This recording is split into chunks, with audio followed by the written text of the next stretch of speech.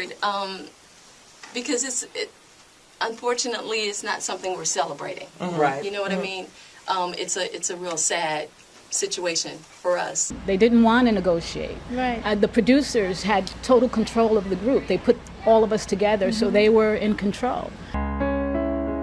It's a winter day, 5 years too late. Very kindly, please come do these shows with us. And her response would be no. And so finally, after about the second or the third, request for her to come do shows, we said, until we know what you're doing, we have to have somebody come in here and fill in for you. Okay. But even before that, we were being threatened with, her threatening us with an attorney. Yeah, you're going to hear from my lawyer. Oh. Cindy Herron and Terry Ellis are about to spill some tea that's going to have you shook. They're coming with the real truth behind the scenes.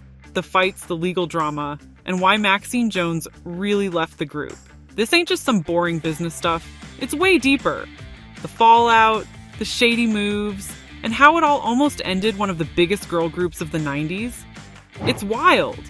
So was it really about contracts and lawyers? Or was there some sneaky stuff going on behind closed doors that nobody saw coming? Stick around because you won't believe what really went down. Before all the drama, En Vogue was straight killing it. 4 women, 4 powerhouse voices, taking over the 90s like nobody's business. Cindy Herron, Terry Ellis, Maxine Jones, and Dawn Robinson were handpicked by producers Denzel Foster and Thomas McElroy after auditioning in Oakland, California. These ladies weren't just picked for their voices. They had the looks and the swag to match. Cindy Herron was born on September 26, 1961, in San Francisco. Terry Ellis? She was born on September 5th, 1963, in Houston, Texas. Maxine Jones came into this world on January 16th, 1962, in Paterson, New Jersey, and Dawn Robinson was born on November 24th, 1965, in New London, Connecticut. These women were about to shake up the R&B game in ways nobody had seen. Their debut album, Born to Sing, dropped in 1990 and took off like wildfire. Hold On was that track. With those harmonies and that opening a cappella, they went from unknowns to instant sensations. They didn't just have hits. They were the hit. Lies, You Don't Have to Worry, and Don't Go kept the fire burning. En Vogue quickly became one of the biggest girl groups of the decade, with a style and sound that had the world hooked. But while they were topping charts and collecting awards, sis, things behind the scenes weren't as pretty as they looked. The cracks started showing, and it wasn't just about the music. You ready to find out what really went down? En Vogue was getting paid in cents. Literally. When En Vogue first hit the scene, they were young, fresh, and hungry for success. But what nobody knew was that these ladies were trapped in a contract that didn't reflect their talent. They were locked into a 7-year deal. And you want to know what they got up front? $5,000 each. Yes, only $5,000 for those harmonies that had everybody's wigs flying. And if that wasn't bad enough, they were getting 2 cents for every album sold. 2 pennies! Can you believe that? For a group that was selling millions of records, that pay was straight up robbery. Dawn Robinson, the one known for speaking her mind, started to get real frustrated. She saw how much the group was making for everyone else. Producers, record execs, the whole team. But the ladies themselves were barely getting a cut. The success of their albums like Born to Sing and Funky Divas had the money rolling in, but it sure wasn't ending up in their pockets. Dawn wasn't having it. She started questioning the contracts and pushing for better deals, trying to get the other ladies to stand up with her. But here's where the tension started to creep in. Maxine Jones, on the other hand, wasn't as vocal. She was hesitant to challenge the producers, even though she knew the deal was bad. It was like she didn't want to rock the boat, maybe out of fear that they'd lose everything. Cindy, and Terry, too, were quieter when it came to questioning management. Dawn was out here ready to fight, but without the whole group behind her, she couldn't get the leverage they needed. The producers and label had the upper hand, and without unity, it was hard for En Vogue to demand what they truly deserved. Stick around, because this money issue was just the beginning of the drama that would almost tear En Vogue apart. So after years of fighting for better pay, it became clear to Dawn that things weren't changing fast enough. What hurt even more was that the other ladies, Cindy, Terry, and Maxine, weren't backing her up as much as she needed. Dawn felt pushed aside, like she was fighting the battle on her own. And by 1997, the tension had boiled over. She decided to leave. And let's be real, it wasn't just about the money. After Dawn dipped, the remaining trio, Cindy, Terry, and Maxine, decided to keep things pushing and release their third album, EV3. But let's be honest, it just wasn't hitting the same without Dawn. Not only did they go forward without her, but they even removed her vocals from some tracks on the album. Talk about cold. That decision only caused more tension, especially with fans who loved the original quartet. The magic felt different and everyone could see it. Despite its success with hits like Whatever, EV3 didn't have the same impact. People were feeling the void Dawn left behind, and it was clear En Vogue wasn't the same without her powerhouse voice. But don't get it twisted, Dawn wasn't about to disappear from the industry. She had her sights set on new opportunities and bigger plans. This was just the beginning of her journey to go solo and try new things. But would it pay off? Dawn's next moves were about to shake things up all over again. Now following Dawn's footsteps, Maxine Jones had some things to say. She had been riding with En Vogue since day one, but as the years went on, the cracks started showing. Her issues with management were building up, and she wasn't shy about it either. While Cindy and Terry were willing to keep things rolling, Maxine felt like something had to change.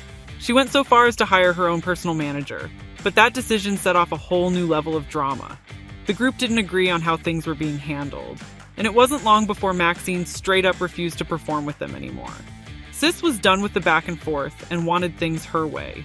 When shows were being booked and Maxine wasn't showing up, Cindy and Terry knew they had to make a move. With offers rolling in and no response from Maxine, they eventually had to file for arbitration. And this wasn't some simple disagreement, honey. It turned into a full-blown legal battle. The biggest question? Who had the right to the En Vogue name? Maxine wasn't backing down, and with Dawn already out the picture, things got even more heated when Maxine linked up with her. The two tried to form their own version of the group under names like Heirs to the Throne and En Vogue to the Max, which only made things worse. Promoters didn't know who they were getting when they booked En Vogue, and the confusion was messing with Cindy and Terry's business. In the end, after a long legal back and forth, Cindy and Terry came out on top.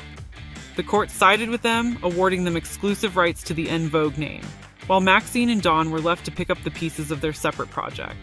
But there was still hope for a reunion.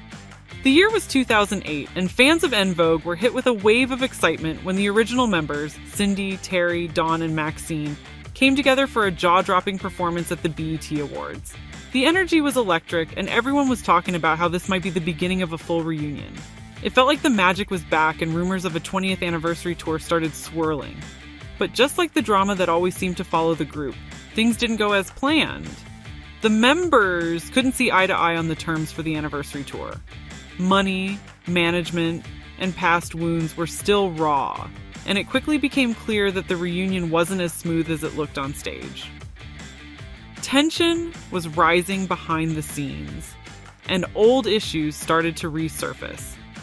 By 2010, the possibility of a full reunion hit a dead end when Dawn decided to leave the group once again. She felt the same frustrations bubbling up, especially after her earlier issues with contracts and creative differences.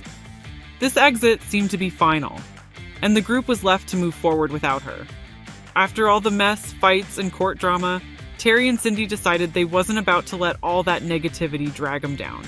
They knew the fans still loved En Vogue and the music, so instead of getting stuck in the drama, they chose to focus on keeping the group's name alive.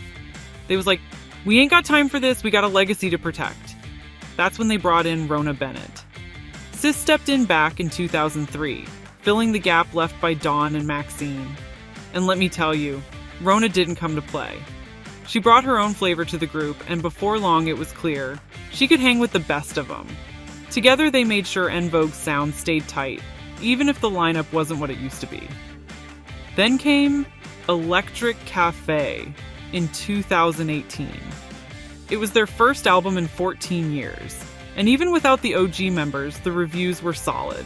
They showed everyone they still had it, even if things weren't exactly like the old days.